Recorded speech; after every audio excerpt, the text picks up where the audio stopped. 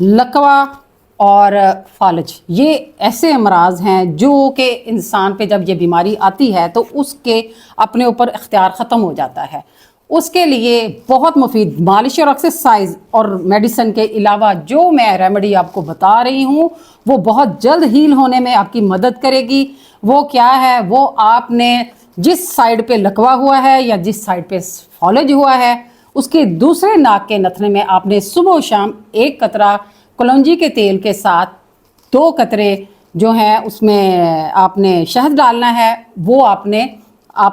Opposite جو دوسری side کا ناک کا نتنا ہے اس میں آپ نے رات کو سونے کے ٹائم ڈالنا ہے اور صبح، اور کھانے کے لیے بھی آپ نے ½ ٹی اسپون کلونجی کا تیل اور 1 ٹی اسپون اس میں آپ نے خالص شہد، چھوٹی مکھی کا نہ بھی ملے تو کوئی بھی شہد آپ ڈال کے اس کو استعمال کریں۔ انشاءاللہ یہ آپ کی بیماری کو،